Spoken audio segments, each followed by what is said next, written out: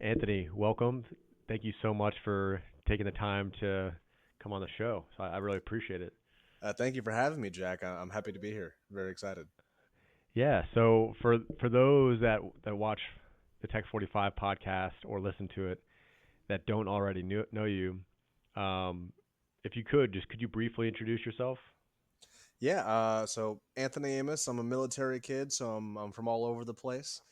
Recently got my master's over at George Mason in public policy. I do a lot of volunteer work with different organizations, which I know we'll get into a little bit later. But I'm a gamer. I love playing football and basketball. And I am a huge nerd as well into anime, but I also just love researching policy, and that's also why I love school so much. And I currently work for Fairfax County government and local government. So I come from a background of land use, policy, taxes, stormwater, and while it may not sound that interesting, I think government is fun, and I think we could show that to people too. Yeah, absolutely. I think, you know, having kind of a fun outlook towards government is important because you want the people to engage with their local government and help shape the policies that will, eventually hopefully make a positive improvement in their everyday life. And I think local government engagement and local community service, like you've been engaged in your own life, is a really important place to start. Um, so if you don't mind, I mean, what kind of drew you to some of the community engagement that you've been a part of here in Northern Virginia in Fairfax? Do you mind telling us like a little bit more about kind of how you got involved, how you learned about it? Yeah, no, I've been volunteering for a long time.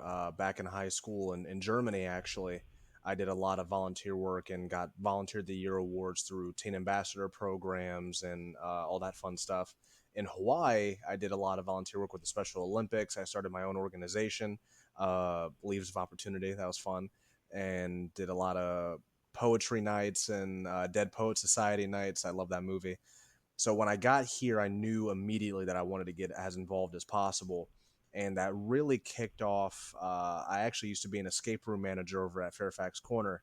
And during the pandemic, we were struggling. So we joined the Central Fairfax Chamber. That's how I met Jennifer Rose. And that opened up a lot of avenues for me to get involved, volunteer. So I'm their government and philanthropy committee chairs. Um, so I've drafted policy for the chamber, but also organized events like the Valor Awards and First Responders Donation Drive, where each year for First Responders Day we get some non-perishable items and we take them to the local fire stations and police stations in the city. Um, so that was really my first soiree, and then it kind of expanded to League of Women Voters, NAACP, American Foundation for Suicide Prevention, the Arc of Nova, and to my partner's dismay, I probably do way more than I should, but I love it. I love it so much. I hear you. That is a lot. I mean, I know your plate's full, and I've talked to other people here in Fairfax that know you, and they're like, "Oh yeah, Anthony's always at this event and that event, and like I always see him over there. He's always helping out that part of the city." So that seems to be a common theme in your life is looking actively seeking out ways to give back to your community. And I always encourage my friends to, there's sometimes it can be easy to get pulled into all of this turmoil in the world through the media cycle, and a lot of people, kind of myself included, I fail to forget that there's people 1 or 2 miles away from your house that can use your support and your unique gifts. Um, and I always encourage my friends to seek out opportunities to help in their backyard. You Yeah. can't always help out someone suffering 2-3 thousand miles away, but there's a lot of people in the local community that could benefit from people's volunteer work. Well, that's the beautiful thing about this area too is that there's always something going on. A lot of churches do a lot of great work. Like the church I have, they do hypothermia prevention each year for the homeless community. You have Feed My Starving Children. They usually do a meal pack where they pack meals for kids suffering from starvation from around the world. And it's really just getting these opportunities to people because there's something going on every day. So if you work on weekdays like I do, sometimes having something in the evening or early morning or on weekends is better, but also just having that healthy rotation. Most of the time it's just people aren't aware of it. and volunteerism really was starting to taper off pre-pandemic, and then the pandemic really dramatically lowered it. So we need to allocate more resources into getting our volunteers back.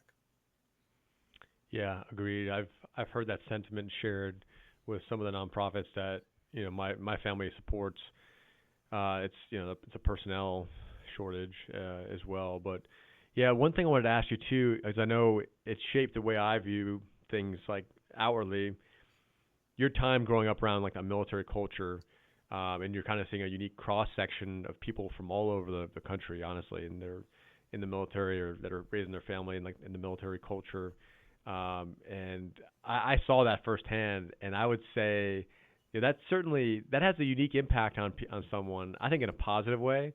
Hmm. But dude, growing up in that military environment, shaped the way that you view local community or that kind of the way that you view the world from your own perception.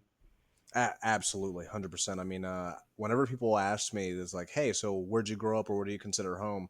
I told them the army, just Yeah, because yeah. you end up all over the place. But the beautiful thing about it is you get to experience all these different cultures, these different mechanisms that are in place. From for example, I was in Germany and Hawaii, but I had friends in Japan, in why am I blanking? Bahrain, Singapore. So there's places everywhere where you can just really get involved in the local community, learn different languages, explore different parts of world history.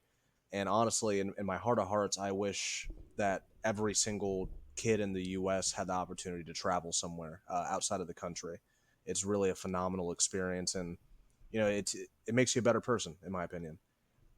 Yeah, I agree. I think if you are able to gain perspective and see how other people live in a foreign country, spend any sort of significant time in a country outside the U.S. or outside of wherever you're from, I think it can make an immense impact on your point of view. It can shift your the kind of way that you view the world, and Exactly. yeah, that did for me I for mean, sure.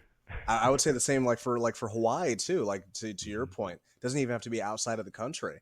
Yeah. I mean, just going to Hawaii, there's a big difference between going there for a few days and living there for 4 years. And I learned so much there, the good and the bad. Where they have a beautiful culture, you can really learn their cosmology and the importance of nature to them. Even the exchange of breath has a story behind it. But then you also go there and you see the gentrification, where the Hawaiians are all pushed towards the west side of the island. Or where you recently learned that as of last year, Las Vegas has more Hawaiians than Hawaii does. Wow. Yeah, so it teaches you the good and the bad, but you can only really learn that from prolonged exposure and actually interacting with the native people. Yeah. Well said. Well said. I think that's one of the things I really immediately liked about you is when I first met you. You're always looking for ways to improve and give back to the community, and I can't help but I don't really want to wait any longer. But like, I want to plug your campaign because you are running for public office, and I think it's important to like when I hear about your plan for some of like the local objectives that you want to work with the community to accomplish. It makes me really excited about the future, and so I wanted to share. I think these are really unique goals that oftentimes people don't think about. Um, but anybody can access your website. It's very easy to find. Anthony T Amos.org. This is slash issues. But I like these two. These first two are significant to me because I think this is a really good goal to have as a community, especially for people that are looking to get back on their feet and to pursue a life of getting plugged back into the job market. Learning how to be able to be self-sustaining on their own and get their own place. This is Absolutely. critical. I mean, this is like step one. I don't think this doesn't often get brought up. I don't think. No, it doesn't. And I mean, part of it is that it's not the quote unquote sexiest topic. Yeah. But it's very significant. I mean, for example, part of where this came from was also my experience with the homelessness, not just here in the city, but Hawaii actually was number one in homelessness in the country. So I worked a lot with the homeless population over there, and while housing is a big part of it, so is financial education and developing good habits like banking practices, because that's what drives long-term stability. And when you look at our prison population, because I also did a lot of research on recidivism, it's not just low English literacy rates and reading levels, but it's also a lack of financial education. Yep. So I wanted to take that, and it's both preventative uh, to break any form of the school to prison pipeline, but also just good for, I mean, students, for the homeless population, for older adults who are living off of passive income, learning how to do investments, and it. I think it's extremely important that we need to focus more on it. Yeah, I couldn't agree more. And I think this doesn't often get brought up, but there are resources out there that people can connect with here. Exactly. I mean, Yeah. like Bright Pass, they have a financial literacy center, Yep. and we should be doing more to advocate for that and get them connected with our school system. Yeah, I like that idea a lot. I mean, your environmental bullets are fantastic, and they're not hypothetical. Like they're all actionable items. Like they're all like things that the community can actually do. Like we can actually do as a city. Take Yeah. steps. Yeah, this is a long term approach. I feel like. Yeah, and I didn't want to run and then just kind of have like a bunch of vague terms. I really wanted to kind of spell out for people what I think we could do. And a lot of that was I spent hours and hours researching what other jurisdictions do around the world, in different cities in the U.S., but also in Copenhagen and some countries in Asia. And I mean, there are some phenomenal ideas that a city of of our size and of our plethora of what I would say are financial resources could really accomplish. And a big part for me is that I wanted to focus on programs that we could implement that would not significantly increase people's tax burdens. So I wanted to focus on ideas that were more affordable and actionable or could pay itself off over time. And so, like a carbon rewards program, they do that, I believe, in Chicago, or I might be blanking on that, Chicago or Oakland, where small businesses will work with the city government. And let's say that you buy an electric vehicle, or you decide to go volunteer your time in a park, you can actually take that and incentivize it where you qualify for discounts around the city with small businesses that optionally participate in this program. And it's ideas like that that can really motivate people to improve their carbon practices, but you could apply that to volunteer programs like volunteer banking. It's really endless. Yeah, I like these. These are all good initiatives. Um, yeah, and then I really like your one on community building too. Yeah, honestly, community building might be my number one, to be honest Yeah, with you. this is Um, really important. This is what makes a place like Fairfax City like just a really like magical, like a really nice place to live, and raise a family and get to know your neighbors. And I think this is, if you have this, you have something really special. Completely agree. And I mean, I think behind every good form of government is a strong community. It's a community filled with volunteers, with students who are engaged. And I mean, we I would say right now we have a good amount, but we could increase it by a significant margin. And there's a few different ideas, like for example, I put the biannual parks trail there, where city council could just set up a day where every 2 years or so we do a walkthrough of different parks and trails, see what people love, see what needs to be improved and maintained. And I actually got that idea while I was doing petition signatures, because I was over at Thace Park doing a cleanup of a stream, and someone was walking by, and I stopped and I was like, "Hey, do you want to sign my petition?" And they're like, "Yeah, could you do something about getting a staircase right over there to connect our community to Thace Park, do like a natural staircase?" And I took note of that, and I decided, like, let's make that a policy position. Let's walk through parks together, and we could see what the community wants and desires. Yeah, I love that. That's getting out there in person and talking to people in the community and actually hearing about what potential infrastructure projects like that in particular that would benefit them.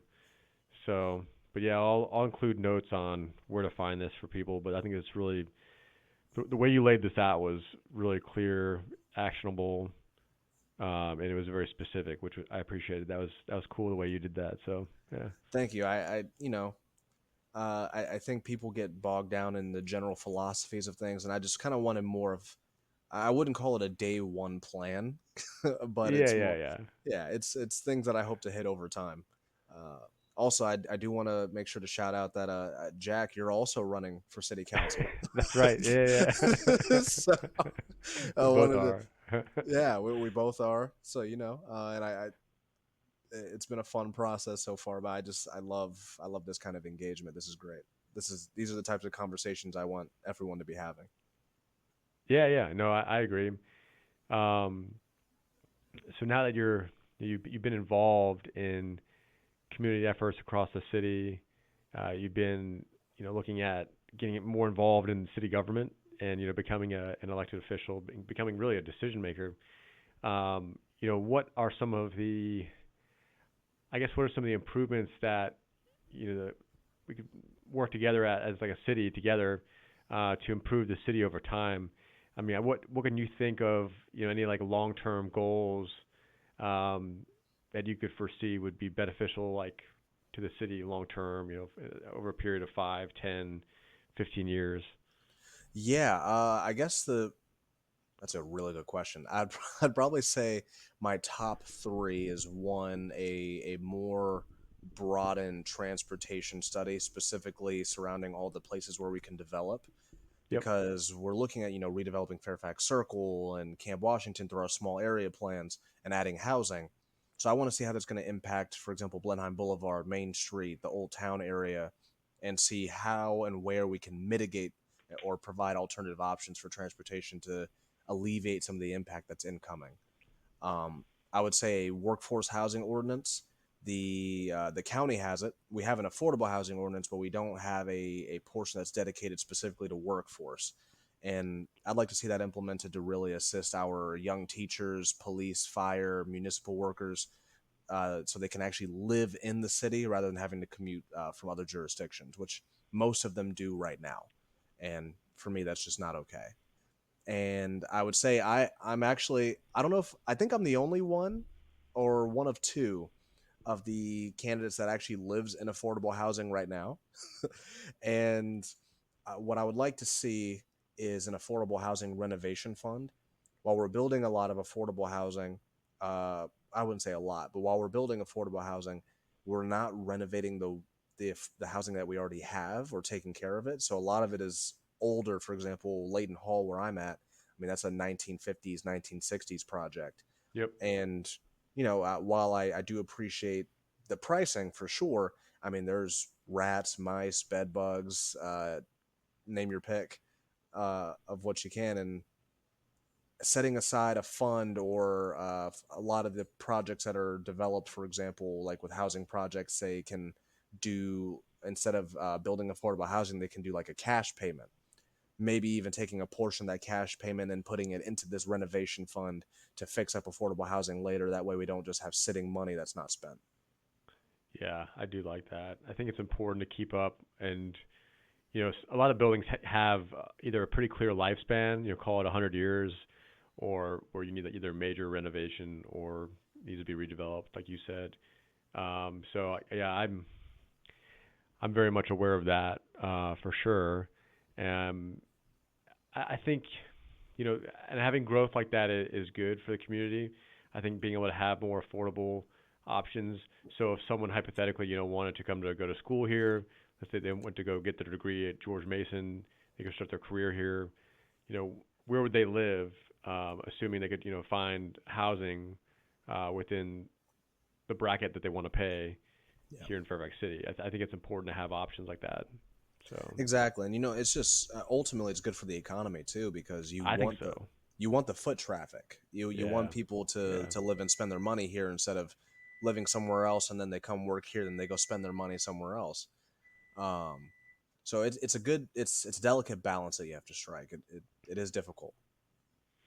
Yeah, I think it'd be good to have like a couple of like linchpin, like really like good size employers, mixed with some smart, redevelopment or development of affordable housing units in the city.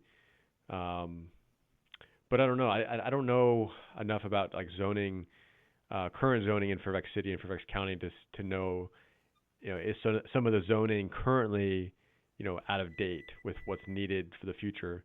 Because I've heard that from some of my friends that work in communities across the East Coast, and they said that sometimes the zoning is just kind of outdated for the trajectory of their city or their county. But That's always a fun conversation. I mean, some people will tell you that zoning isn't restrictive enough. Like for example, we have Alexandria and Arlington where they got rid of single family zoning, but then you also have the opposite side of it where you'll have it where a lot of the regulatory burden, where a lot of the issues with affordability comes from overregulation from our zoning ordinances.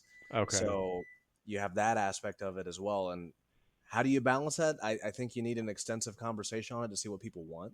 yep, I don't see Fairfax City becoming Tyson's at any point, but also, I mean, saying that we're never going to develop isn't feasible either.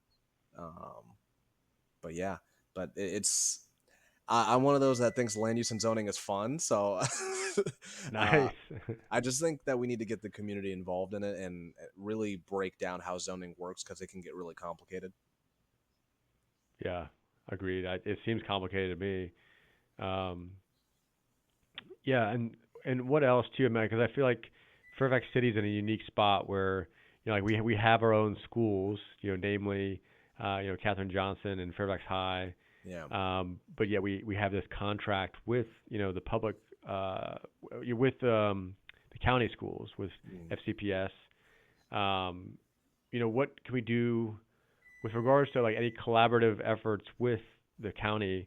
What are some things in the near term that you see as opportunities to strengthen that partnership, if you will, or have it be mutually beneficial for Fairfax City residents and maybe other county programs that we can leverage that are available to us.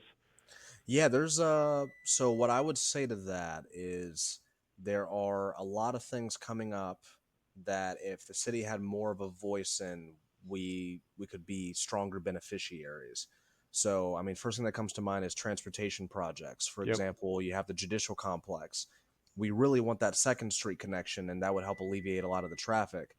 But how far out is that going to be? Are they going to develop housing on the judicial complex first before we get the Second Street connection? Which I think the city does not want. We want that connection first and infrastructure first, and then you build the housing on top of it. You also have near the Camp Washington area where they're developing housing near the NRA building off of Germantown Road near Pender Drive. Um, Getting that connection from Pender Drive to Germantown Road to alleviate a lot of the traffic off of Route 50, providing another alternative to cut through. How far out is that project going to be? And that is a county project, but if we can get that connection to become more of a priority or at least a first step, that would help with our traffic concerns. There's also a lot of commissions and boards that overlap between the city and the county. For example, I actually serve on the George Mason Advisory Board as a city appointee, but that involves county elected officials, city elected officials, George Mason representatives, and there's opportunities there for us to work on collaborative projects. But it's not just that commission. There's multiple. Fairfax County just formed a Veterans and Military Families Commission.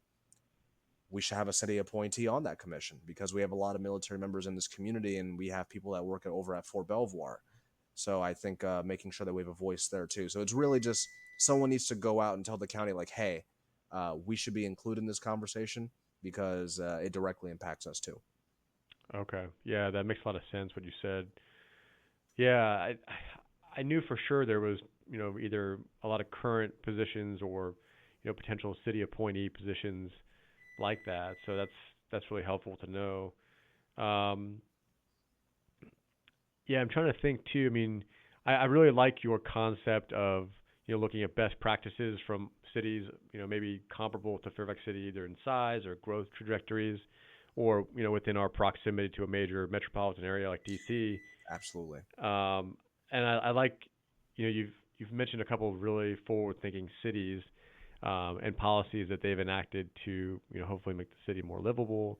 Hmm. Um, maybe easier to posture for economic growth. And I think Fairfax City it could be postured to do the same thing in certain regards. Um, and I like the idea of looking at ways that we can alleviate traffic in Fairfax City, either through different traffic pattern avenues or different traffic patterns throughout the city, or maybe Yeah. additional, walking and biking paths. It's not an easy problem to solve though, because they're No. not they're going to continue to build housing, in Fairfax and then also west of Fairfax too. So Yeah, it's one of those problems that's only going to get worse. So you kind of I you'll need to know forever adjust for it.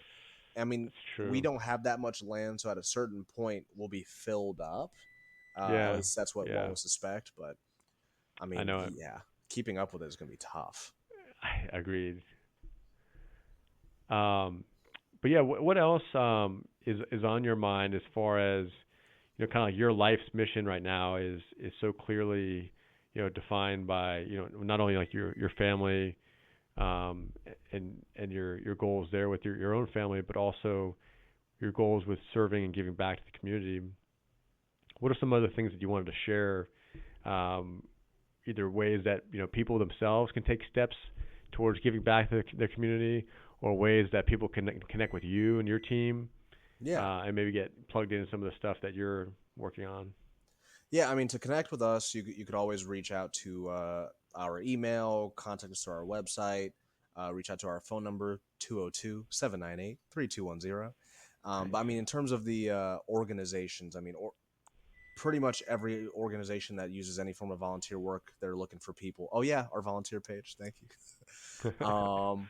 But I mean, every organization is looking for people. I mean, NAACP, they're doing great work with, for example, studying air quality along Route One or near affordable housing projects to see if there's a difference between air quality there and single family homes.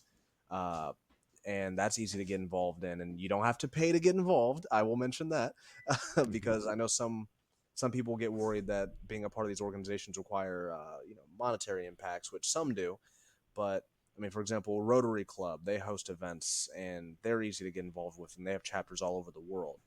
Uh, it's really just making connections and networking. Yep. I mean, I formed a LinkedIn account. LinkedIn, super useful, Oh, super nice. useful for this thing. I formed a LinkedIn account and I had people contact me through there asking me to volunteer with them. Including, for example, like Homestretch, which they do a lot of housing for domestic violence victims. Reset 180, they do human trafficking impacts and mitigating human trafficking and illicit massage businesses.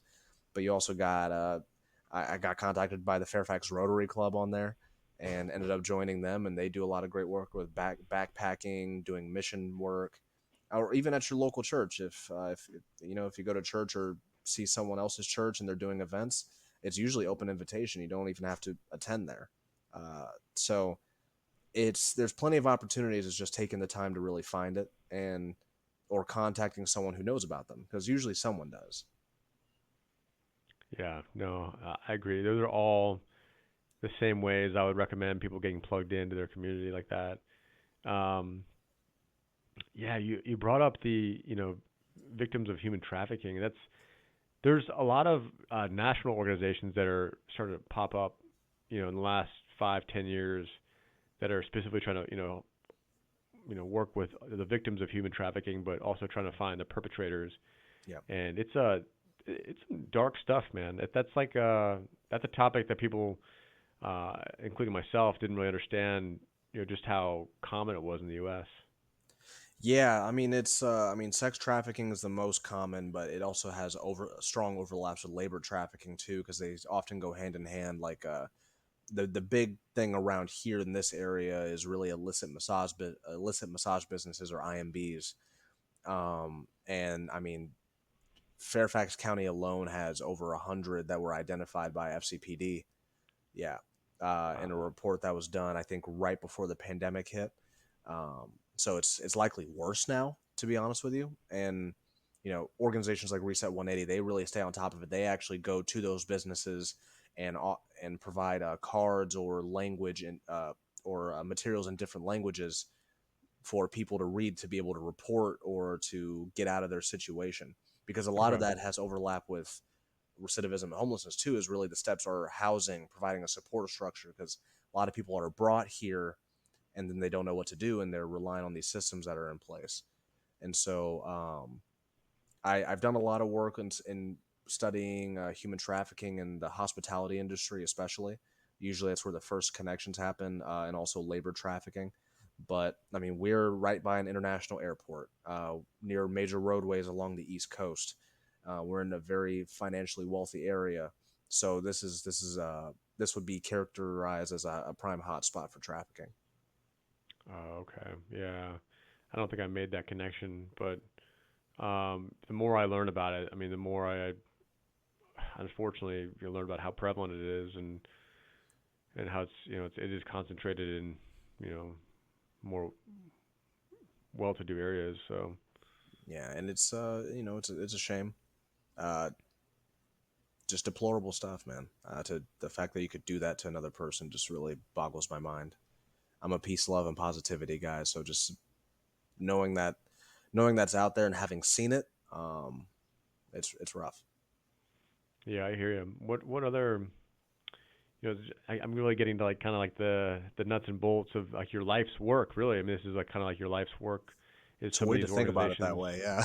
Yeah. No, it's good though. It's a good thing. I think you're already building an incredible legacy for the future, and then you're not just talking about a lot of these issues that are important to talk about, but you're actually taking action and taking steps towards helping in these specific areas that you've mentioned before, which I think is important for any leader in the community, in a business or in a government role, for that leader to being willing to actually do the work themselves, and that's a really good leadership characteristic that I feel like you have, which is great. Um, what other things are really important to you? Like we've mentioned a lot in a short amount of time, but what else is key to like your life's work or your life's mission right now?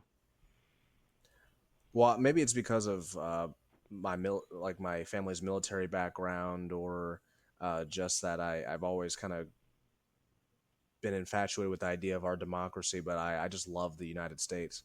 I really do. And I think that the philosophy of it to be able to bring people together, regardless of their cultural background, and turn them into neighbors where they can get along with each other is really important to me. So, I mean, the number one thing I want to do in my life is help people.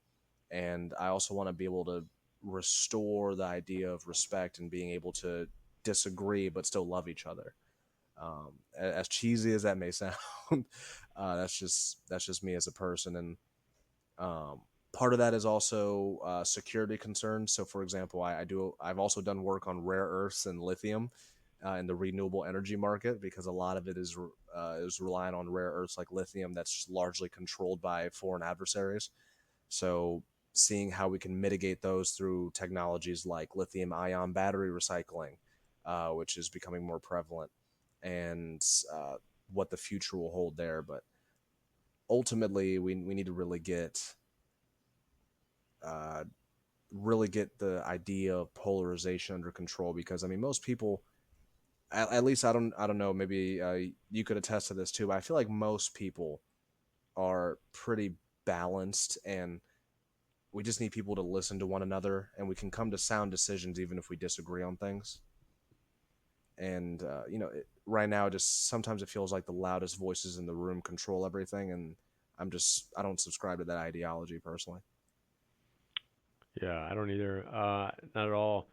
I think these are all big problems that you're mentioning. I think figuring out a way to keep the recycling loop for some of these rare earth metals, like these lithium ion cells, I think that's a problem that is definitely ripe for some smart person to figure out how you keep that loop ever going, and so you can reuse a lot of those materials, not having to remine them. I think that's a good direction to go in general. Um, and I think a local community that has a really really well planned electrical grid where Absolutely. drivers they can choose their fuel. I mean, they can choose gasoline, or they can also have an EV, and can operate an EV. It can definitely lend itself to reducing local pollution. Um, if a greater percentage of the drivers are driving EVs, I mean it's inarguable. It definitely reduces some of the local particulate matter in the air. So Exactly. And I mean, another aspect of that is just figuring out infrastructure. I mean, part of the issue with EVs is that there's not enough charging stations nationally. Yep. Yep. Like, for example, if I wanted to go see my family in Ohio, going through West Virginia, there's no charging stations. There's No. so there's not much incentive to take an EV, or even with public transit. Part of the thing about public transit is that it has to be convenient. If it's inconvenient, people are just going to stick with their cars. Like, Yeah. when I lived in Germany, if you took a train, you usually got there faster than going by car, or at least around the same time. So more people are inclined to take it. But here, I mean, taking a bus or a train, like if I wanted to get to DC, I could drive there and get there maybe in 30, 40 minutes, depending on traffic. Or I could take a bus and a train and get there in like 2 hours.